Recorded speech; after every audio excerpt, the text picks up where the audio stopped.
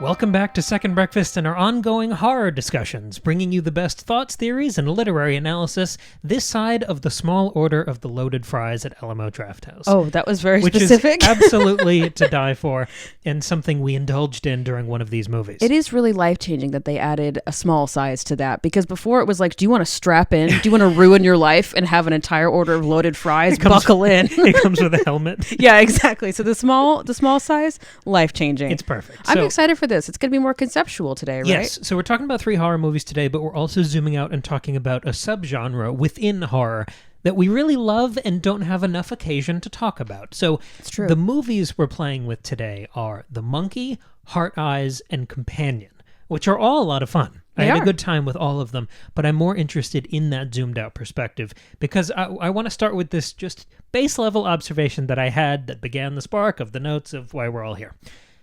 It was a lot of movies coming out in quick succession. 3 new horror comedies, all within a couple weeks. When I feel like usually we're, I don't know, hunting through the seat cushions to find them. There's like 1 or 2 a year usually. They don't happen very often. Right. And weirdly, within the margin of 1 minute, these 3 movies are all the same length. Oh, really? They're all an hour 37. One of them's an hour 38. Wow. But I want to start there because we got to congratulate them all for that. Way to go. Nailing the 90-minute sweet spot. I was going to say, horror, we said this before, it's got to be an hour and a half, always. As important as it is for horror almost always to be 90 minutes, it's even more important for comedy to be 90 minutes. Yes, so I think for sure. It's horror true. comedy, right around that is the sweet spot. That's great. But within this sample set of these 3 movies, The Monkey, Heart Eyes, and Companion, I wanted to explore this tricky but very rewarding genre. So the initial question, which will evolve over the course of the discussion, is what is the future of horror comedies? Cool. And I was going to make that the title. I was going to make that the whole episode. But I was doing the notes and I quickly realized that's not the interesting thing.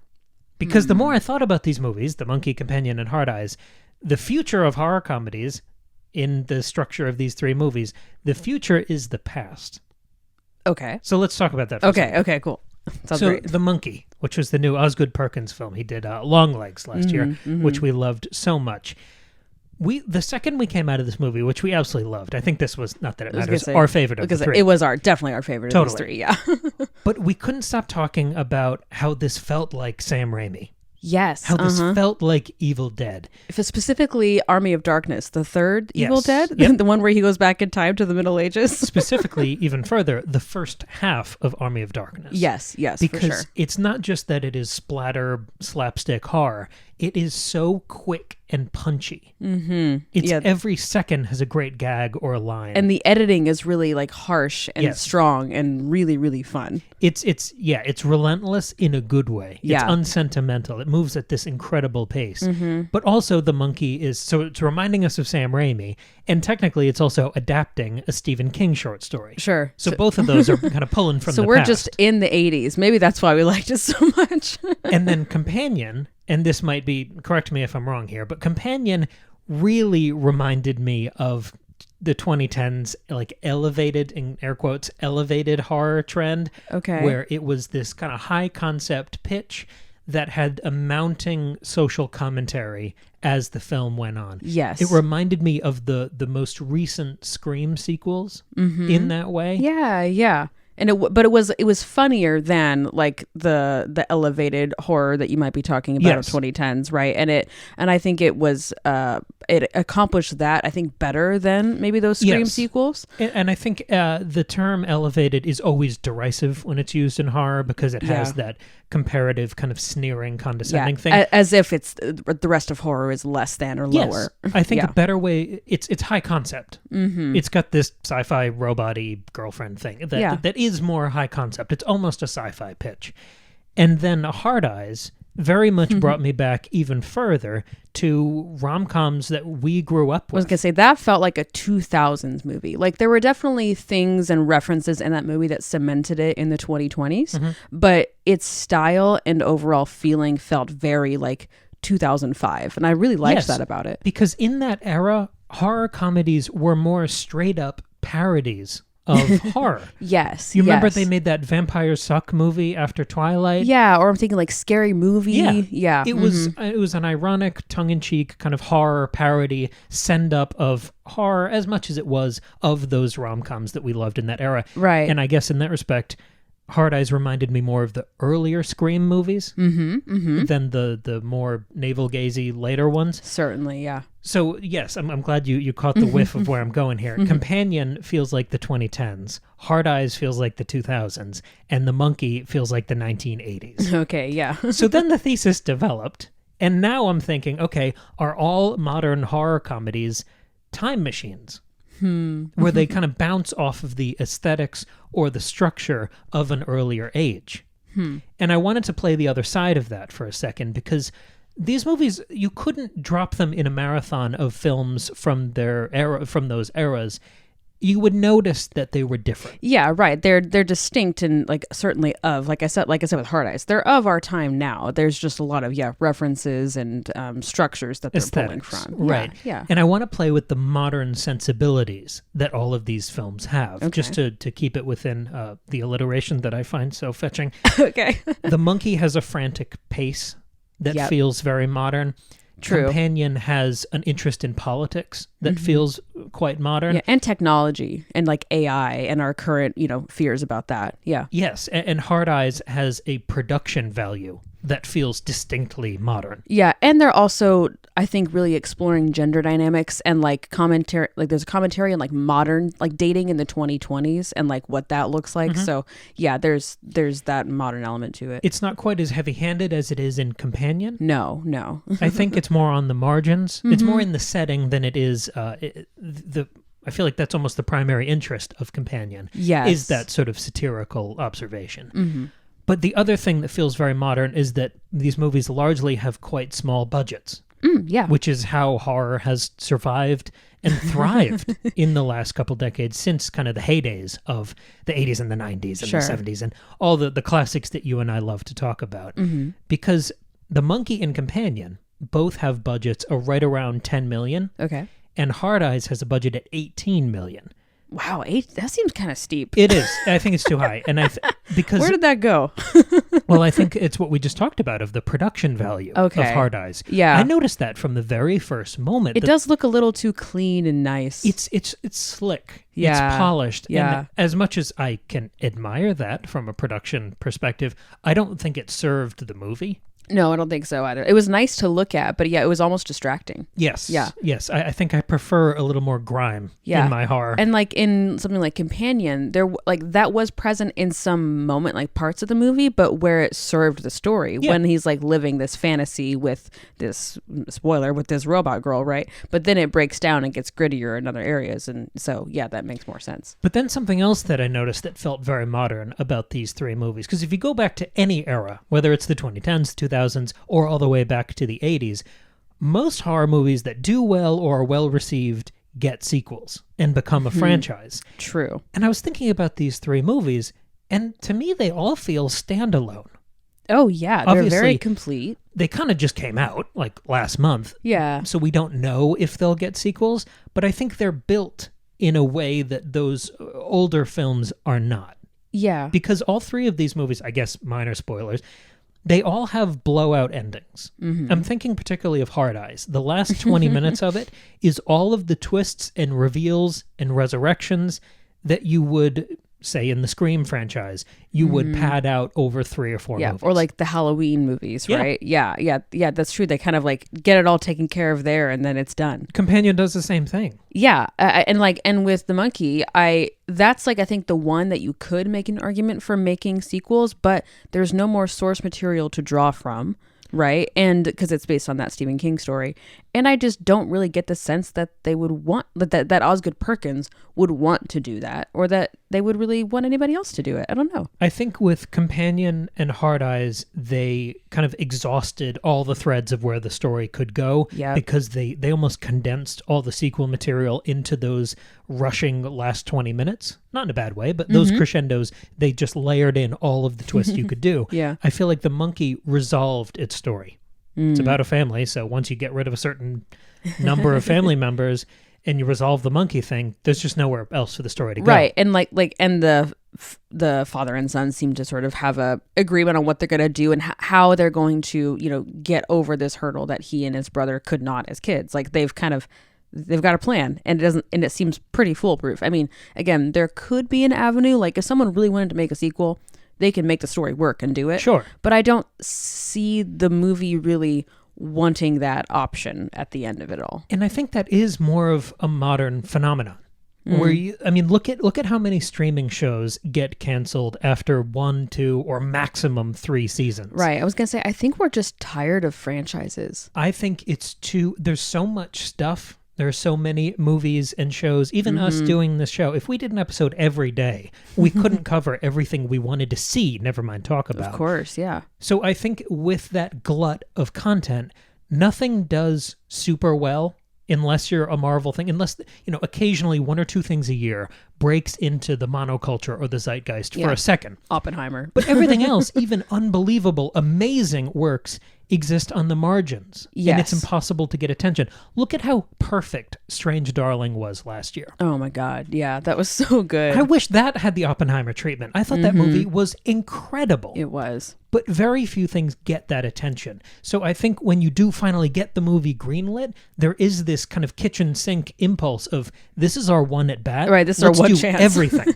Sure, that makes sense. Because in the olden days, horror, was still relatively cheap to make, but there was this hope of like, okay, let's kind of architect a few sequels that we can lean on here. Yeah, because you had from the legacy of the 70s and 80s of the Halloween, Freddy Krueger, Jason, long series franchises, right? And that doesn't really exist anymore. The closest comparison is Terrifier, but even still, that is so on the margins. Like that is not at all there. I mean, there is no monoculture, but Terrifier is not in the mainstream culture at all. It's very much like it's big time horror fans, and even then, a lot of horror fans don't like Terrifier. But you could also watch those movies as standalone. Yeah, that's true. Yeah, you don't have to know the lore. There are recurring characters and things that pay off, but you could watch any of those 4 movies that Art the Clown is in.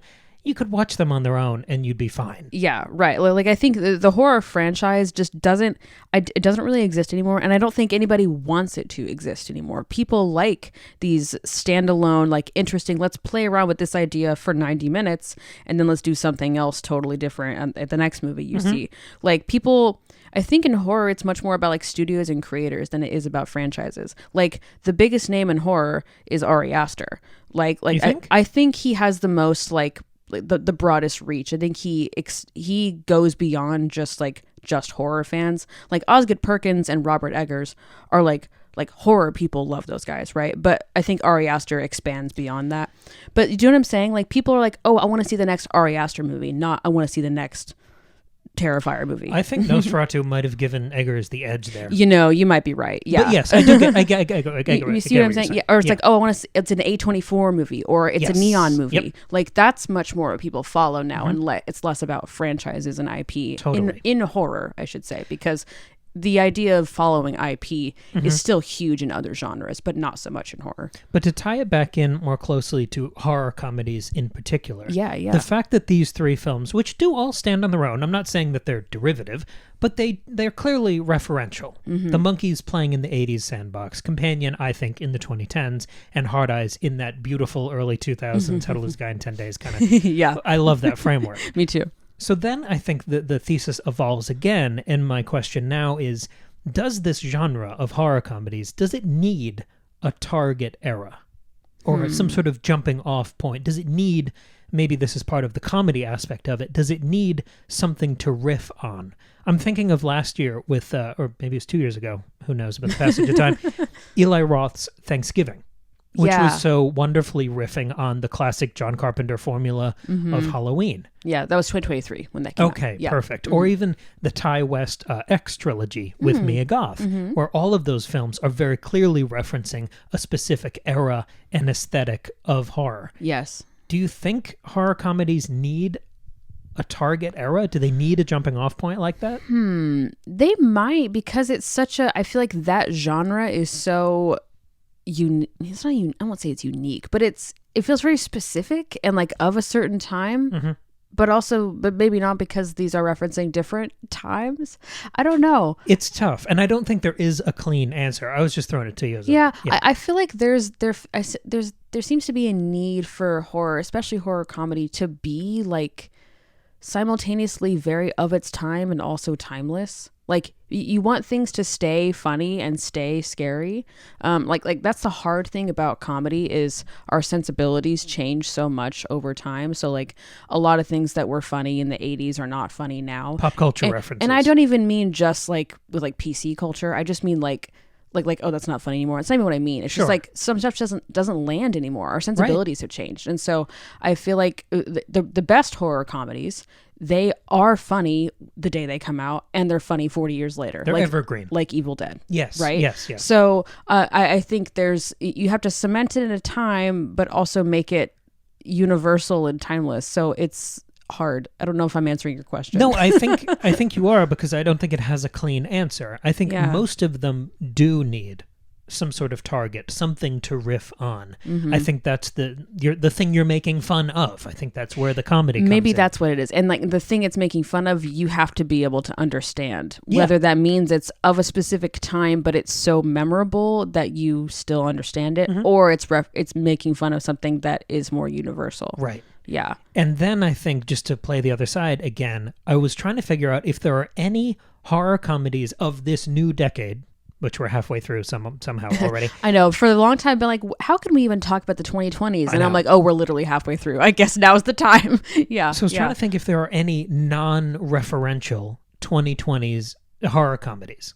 Okay. So I made this list. I did some research, and I was trying to name as many kind of horror comedies as I could from the last 5 years, give or take a year. Sure. There are a couple of these from 2019, but who cares? God forbid. That's not really how decades work anyway in art. Sure. So I'm going to rattle off a bunch of them. Okay. Abigail. Yeah. Tarot. Yeah. The Menu. Oh, The Menu.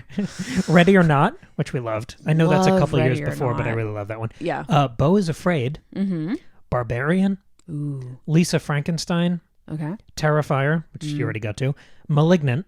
The Blackening, which we really enjoyed. Oh, yeah. Cocaine Bear. Kind of. Yeah. The Substance.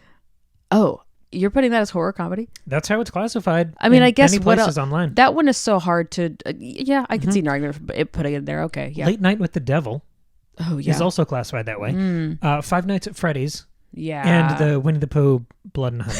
Okay. So if I'm looking at these movies, I don't think they all fit the bill of what we're trying to talk about, but I think they kind of divide into a couple different identities. If we're trying to like prognosticate in real time what is the identity of the 2020s horror comedy, I think some of them are lowbrow on purpose, IP splatter. Sure. Five Nights at Freddy's and Winnie the Pooh. Yeah. Those are all playing with existing formulas and recognizable IP, but doing it in this very silly, over-the-top way. Yeah, yeah. And then I think there's kind of the leftovers, not in a bad way, but you have that 2010 style high concept art house absurdity, like Companion had with the high concept. Yeah. I think there are a lot of those in there that fit that bill. That's where you'd have something like The Substance, right? Beau's Afraid, Barbarian, The Menu, Ready or Not. I think those all kind of fit the bill there. Yeah, I know what you mean. But there's this other classification, and I think this might be, for me, what is the innovation of this decade in this genre. And it's the kind of hyper-profane, vulgar ensemble hangout movie. Okay, yeah. And that's where you get something like Abigail. Yes. Because we saw that when it came out. And I think that was the thing that most stuck with me about the film, was the style of the dialogue and how aggressive it was. To say hyper profane is a great way to describe it. And that feels particular to the 2020s. Not that there hasn't been profanity and horror, previously, but it's I feel like so many things have taken from Succession, and I think in their own ways, but this like hyper, like fast paced, really funny, hyper profane dialogue is something that has really pervade through these horror comedies. There's another one, I can't remember what it's called. It came out a few years ago. It was very like Gen Z targeted. There's a lot of young people hanging out in a house.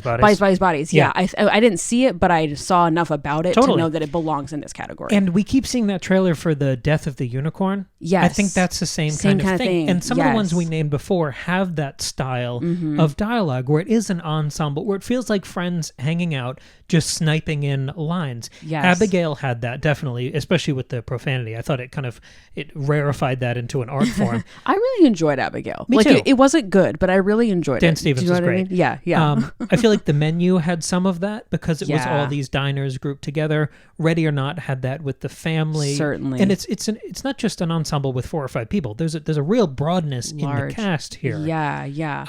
Where do you think that comes from? Because I'm thinking about like the 2010s. Like Succession comes from the 2010s. That's an ensemble cast. It's hyper profane. But I think it's before that. I think it's also like the workplace comedies, like The Office and Parks and Rec, of like people hanging out. And then I think you add in you sprinkle in the pandemic where everybody was lonely and couldn't hang out with their friends, and now we're all craving that. So maybe that's part of where it all comes from. I think part of it's the pandemic. I think there's a larger aspect contributing to this identity from people breaking their habit of going to movie theaters. Yes. Where more and more people just watch movies at home with their friends. And talk to each other the whole way through. Yep, because that's what you want with your friends. I mean, the number of shows that are specifically crafted to be second screen experiences or things you don't fully invest in, which means either you can be on your phone the whole time, or you can be kind of talking over it and doing color commentary with your friends. Yes, and not miss anything important. When we watch Love is Blind or The Ultimatum or any of those Netflix things. Sure, yeah. I think people like that hangout thing with their friends where they can kind of snipe in and over a show or a movie. Yes. So I think modern films embracing that and rolling that into the structure of the story, I think it feels more friendly and congenial and familiar. I think that's part of it. That makes total sense. Yeah. The blackening belongs in this category too. Yes. Oh, and then parts of Cocaine Bear too. And there's we keep seeing, we see trailers, movies all the time. There's another movie coming out soon where it's like friends in a house and they keep dying over and over again. That feels Until Dawn. Yeah. Feels like it's going to be the same kind of thing. Interesting.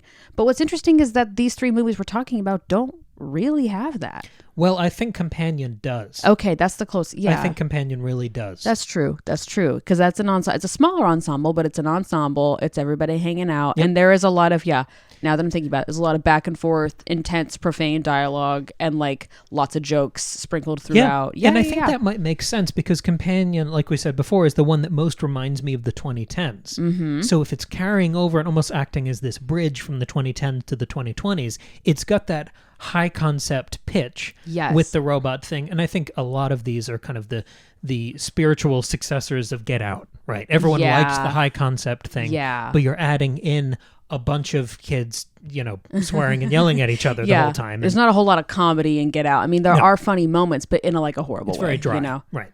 Well, the other piece here, I think, is Stranger Things. It's friends hanging out, shooting the shit, making jokes, Sure. I think there's all these elements that are coming together. This is interesting. Yeah. So the thesis doesn't really end. We're just kind of evolving into different questions here. Yeah. So I wanted to just check in with this subgenre because I think it's moving in really interesting ways. Even though these 3 films are all pulling from different eras, I think they're adding in distinctly modern elements too. I think you're right. And I had a great time with all of them. I did too. The Monkey doesn't have as much of an ensemble, but it definitely has the vulgarity, the profanity, the violence. Yeah, there's still plenty of that on screen. It's just between fewer people. It was absurdly good. Well, and there's also with The Monkey, there is a little bit of some 2000s referencing with Final Destination. Sure. I thought about that a lot in terms of just creative on-screen, freak accident deaths. And part of that is just,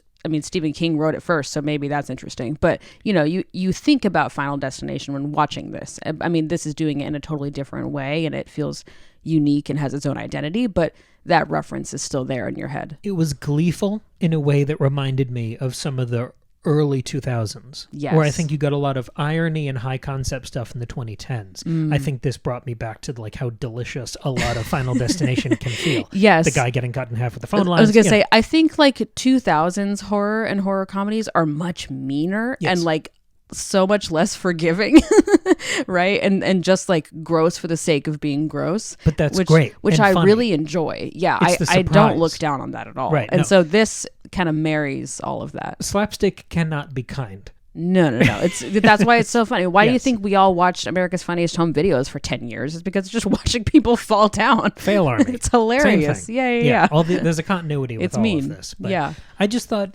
seeing these three movies in quick succession, we both wanted to do kind of a check-in with this subgenre. Yeah, this has been fun to think about and unpack. And I did really enjoy all three of these. And I think... And like I said, it doesn't seem like for a while we didn't get many horror comedies, and now it seems like we're getting them a lot more. And I really appreciate that. I think it's a really fun genre, and I don't know, we're all so serious now. We want to subvert and make Hereditary every, 5 minutes. Like, and I like that, and that's great. Like, I loved Longlegs, which was like deeply serious and not funny at all, and one of the scariest things I've ever seen in my entire life, and so beautifully done. And we had 2 great episodes about that. But I also really admire this part of the genre too, and I think it often gets forgotten or is dismissed. Yeah, and I'm glad that it seems to be it's getting celebrated a bit more, and I think that's really fun. You know what else is kind of a horror comedy? What, Cam? My latest book, Lemon Tarts in Space. I'm so glad you mentioned it. Did you guys know Cam released a book a couple months ago, Lemon Tarts in Space? It's a rip-roaring ride through space and time. It is a light sci-fi dark comedy. It's all about friendship and tragedy and trauma and cancer and lemon tarts and all sorts of things. So please check it out. You can purchase it via the description or the link in the description down below. As a fully produced audio drama or a complete novelization. Yes, whichever reading style you prefer, or you could do both. You could really give that extra support. If you have listened to our discussions with our good friend Tristan, he also co-stars in the audio drama, so shout out to him. Thank you all so much for listening. Let us know what you think of horror comedies and the genre and the movies we discussed, and do you have more to add? We love to hear it. If you're on YouTube, you can comment down below. If you're listening on a podcast platform that's hard to say, you can send us an email, secondbreakfastpod@gmail.com, or shoot us a message on Instagram at secondbreakfastpod. Please like and subscribe and feed the beast so we can keep doing this. We also have a Patreon where we talk about a lot more stuff like this. A lot more horror, too. We actually were going to do this episode as a Patreon episode. We decided to do it as a regular one, but we do a lot of like roundups over there, our Breakfast Buffet series, where we talk about multiple things together and we kind of link them conceptually or thematically. There's almost always horror in there. Absolutely, because every horror movie that comes out, pretty much we see it. And talk about. So check us out over there. And otherwise, what's today's Tuesday. So we'll see you here on Friday with another brand new episode.